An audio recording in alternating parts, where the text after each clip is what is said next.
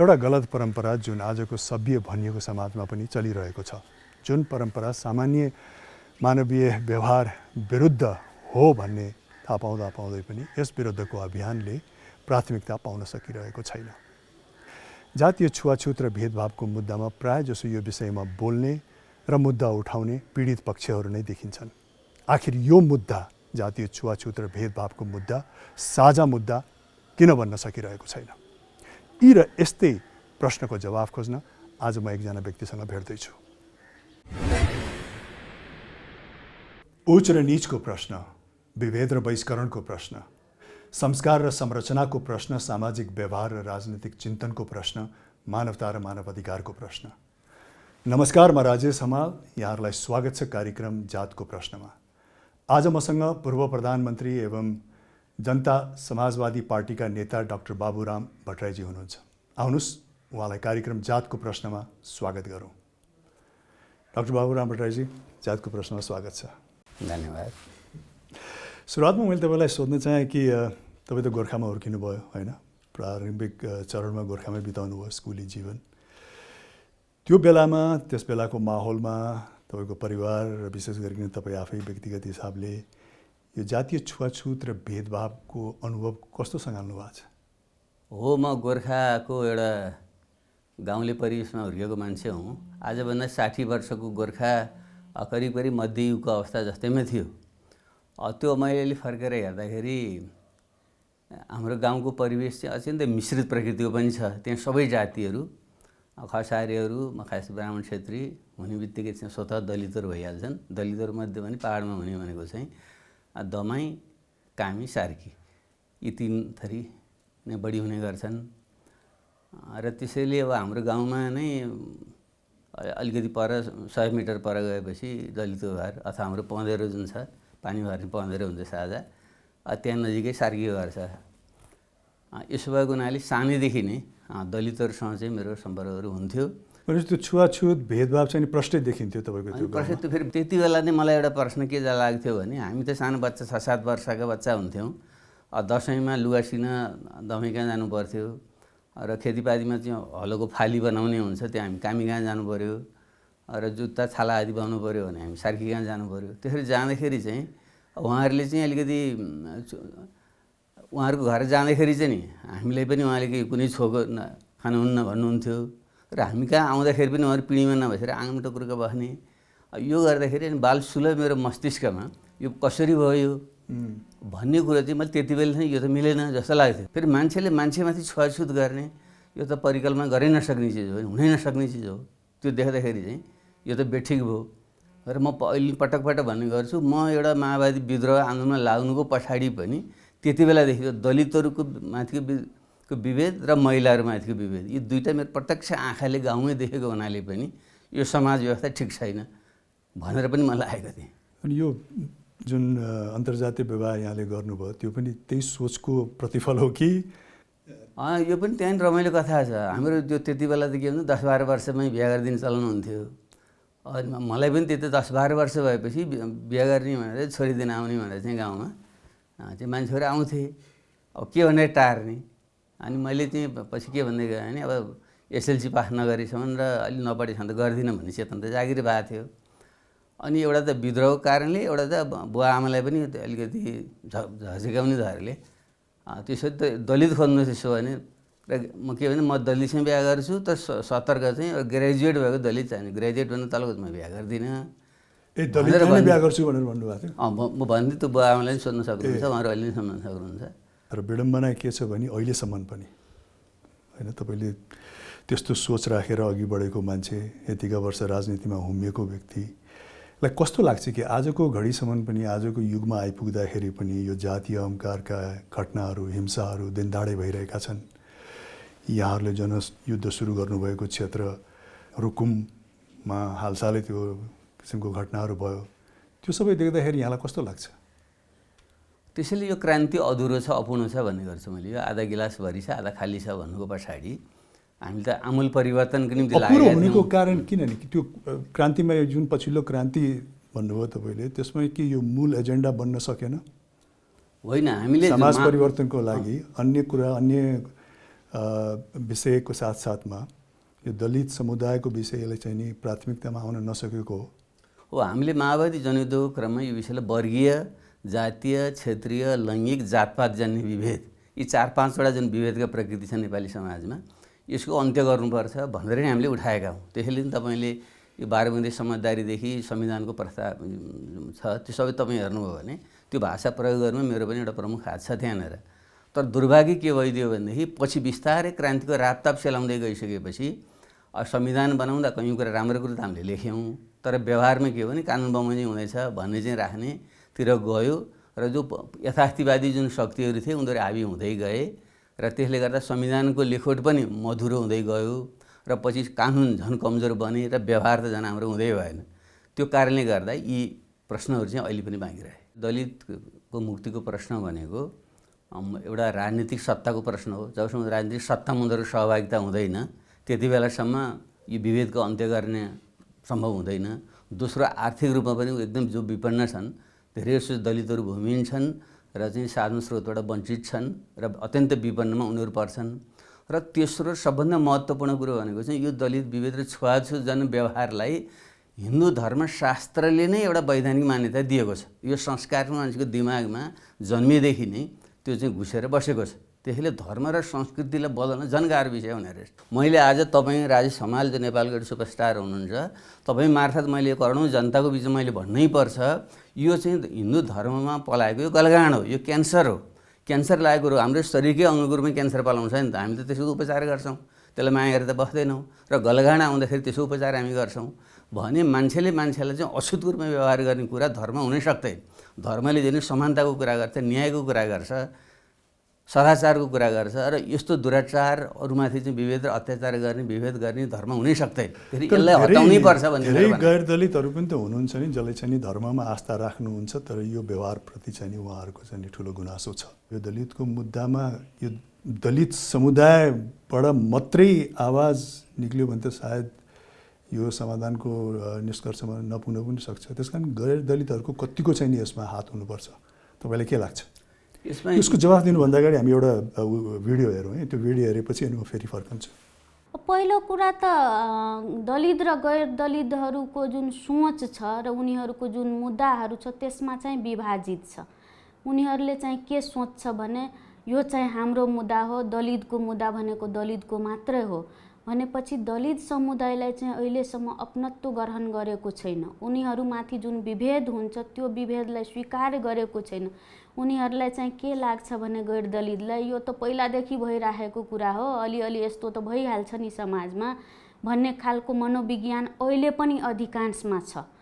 केहीमा चाहिँ अहिले पढे लेखेको केही युवा जमातहरूमा चाहिँ परिवर्तन भएको छ, तर जुन परम्परागत सोच छ, शैली छ, दलितप्रति हेर्ने दृष्टिकोण छ, उनीहरूमाथि गर्ने व्यवहार छ, त्यो चाहिँ अहिले पनि परिवर्तन भएको छैन। आजसम्म जति पनि विभेद गरेको छ त्यो गैर दलितहरूले गरेको छ र गैर दलितले चाहिँ यो स्वीकार गर्नुपर्छ कि हाम्रो पिता पुर्खाले चाहिँ दलितहरूसँग चाहिँ विभेद गरेको छ। यो कुरा चाहिँ अन्तरआत्मादेखि नै स्वीकार गर्नुपर्छ पहिलो कुरा।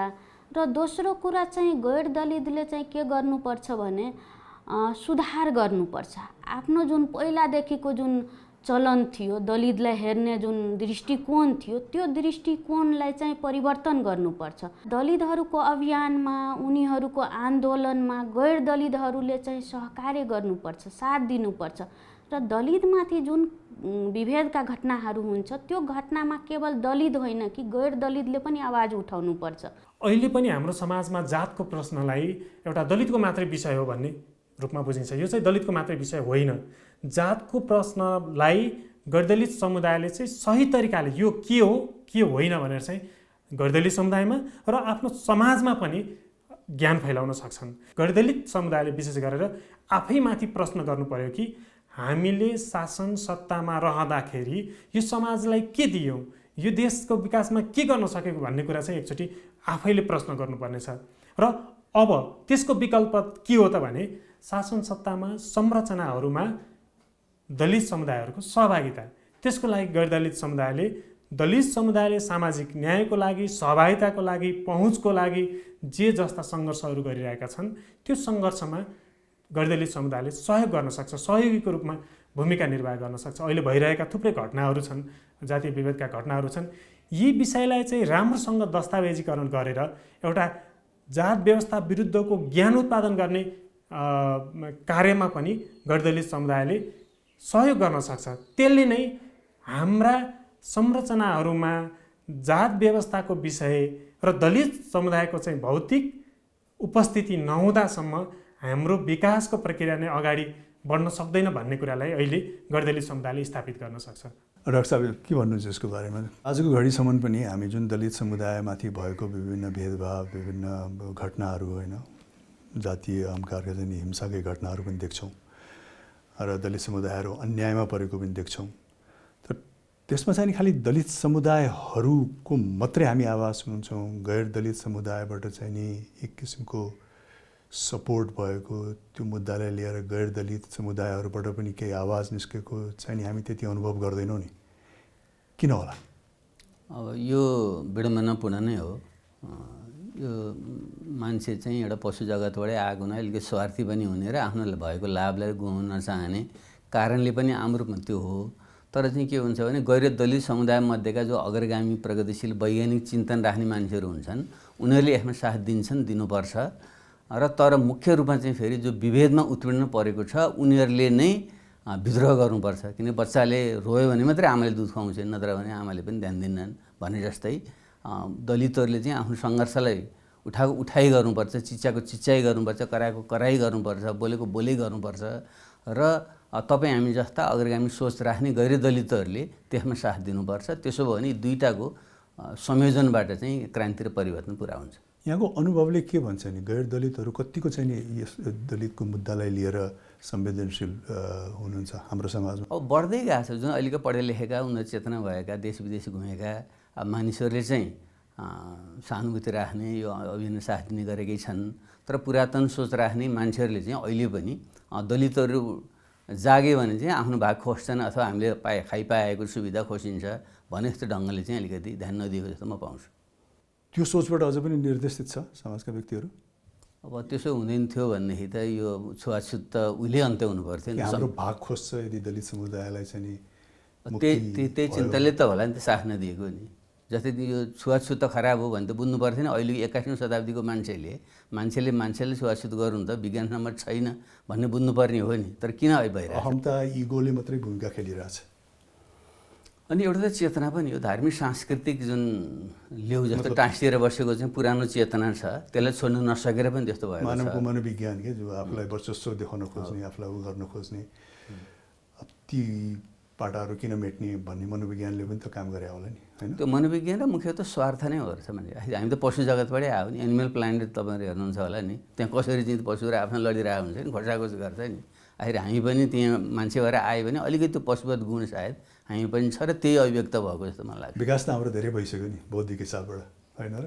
हुनु पऱ्यो नि, तर त्यो पशुवत गुण पनि बाँकी चाहिँ छ, केही अंश मात्रामा छ हामी चाहिँ। भनेपछि यो मानेमा विगतका जति पनि आन्दोलन थिए, क्रान्तिहरू थिए, त्यो सबै विफल भए?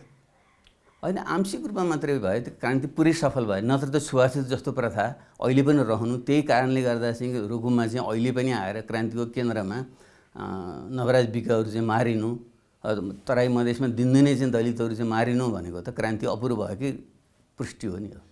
त्यो त आफ्नो ठाउँमा छँदैछ। अर्को एउटा नेता हाम्रो काङ्ग्रेसका सभापति ज्यू शेरबहादुर देउवासँग अस्ति कुरा गर्दा उहाँले के भन्नुभएको थियो भने सायद निर्वाचन क्षेत्र चाहिँ नि दलित निर्वाचन क्षेत्रहरू राष्ट्रमा छुट्यायो आरक्षणको व्यवस्था गरेर भनी दलित समुदायको प्रतिनिधि राजनीतिमा र पदमा, प्रभावकारी पदमा अलि उत्साहजनक हुन्थ्यो कि?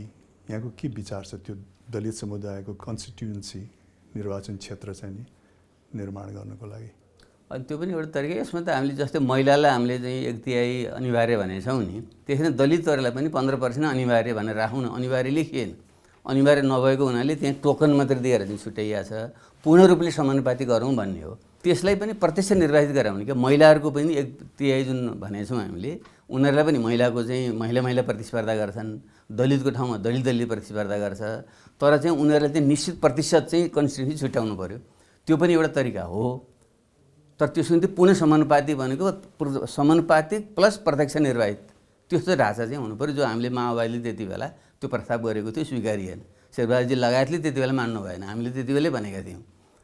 तपाईँ आफैले पनि एकदमै समृद्धि विकासको कुराहरू धेरै गर्नुहुन्छ होइन, तर यो आधारभूत कुरा, यो फन्डामेन्टल कुरा जुन दलित समुदायको समस्या छ हाम्रो समाजमा, त्यसलाई समाधान नगरिकन त त्यो बोल्नु भनेको त अलि रथको पछाडि घोडा राख्नु होइन। होइन, मैले सुरुदेखि भनेको विषय नै यही हो। दलितहरूको प्रश्न कहाँनिर हो भने दलितहरू भनेका यो हिन्दू यो समुदायमा चाहिँ सिपले युक्त जस्तै चाहिँ हामीले चाहिँ हात हतियार बनाउने, औजारहरू बनाउने, लुगाहरू सिउने, जुत्ता र सामग्रीहरू बनाउने यस्तो सिप सिकेको समुदायले चाहिँ हामीले त्यो साधन स्रोत र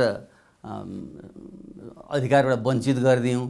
अनि तपाईँ हामी पूजापाठ गरेर बस्ने, अर्कोलाई उपदेश दिने मान्छे चाहिँ नेतृत्वमा भयौँ, अनि देश कसरी अगाडि बढ्छ भने उल्टो भयो। युरोपका कामी आदमी स्पिच चाहिँ पुँजीवादको पिता मानिए र त्यसले गर्दा औद्योगिक क्रान्तिलाई बल पुग्यो। अब हाम्रो यहाँका कामी विश्वकर्माहरूले चाहिँ अहिलेसम्म हामीले चाहिँ कुनै चाहिँ उसका आविष्कार गर्नको निम्ति ज्ञानले सिपयुक्त बनाएर चाहिँ त्यसरी चाहिँ अगाडि जाने अवसरै हामीले दिएनौँ, अनि उनीहरू पछाडि परे। त्यसले गर्दा हाम्रो समाजलाई नोक्सान भयो मेरो भनाइ हो। त्यसले हामीले चाहिँ जातपातको आधारमा कार्यविभाजन गर्ने कामै छोडिदिनुपर्छ।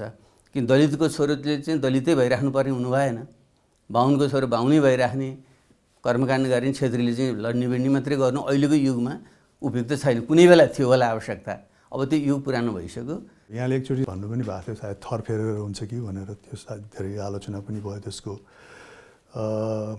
के उपायहरू सोच्नु भएको छ त यसको समाधानको लागि? विविध कुरा फेरि पनि भन्छु, एकैचोटि धेरै कामहरू गर्नुपर्छ। एउटा त जुन संविधानमा हामीले लेखेका छौँ, संविधानको धारा 40मा दलितको हक सम्बन्धी भनेर राम्रै कुराहरू हामीले त्यहाँ लेखेका छौँ। सबै प्रकारको जुन विभेद अन्त्य गरिनेछ, उनीहरूलाई शिक्षामा पूर्ण रूपले चाहिँ छात्रवृत्ति सहितको अधिकार दिइनेछ, सम्पत्तिको अधिकार, भूमिलाई चाहिँ जमिन दिइनेछ, आवास दिइनेछ भन्ने कुरा छ। एउटा त्यो गर्नु पर्यो। र दोस्रो कुरो चाहिँ यो धर्म र संस्कृतिका विषयमा सुधार गर्नु पर्यो। र अर्को एउटा विषय के भन्छ, यो दलित भन्ने शब्द चाहिँ अलि अपमानजनक भयो, दलित पिसिएको होचिएको थिचिएको भन्ने अर्थ लाग्यो।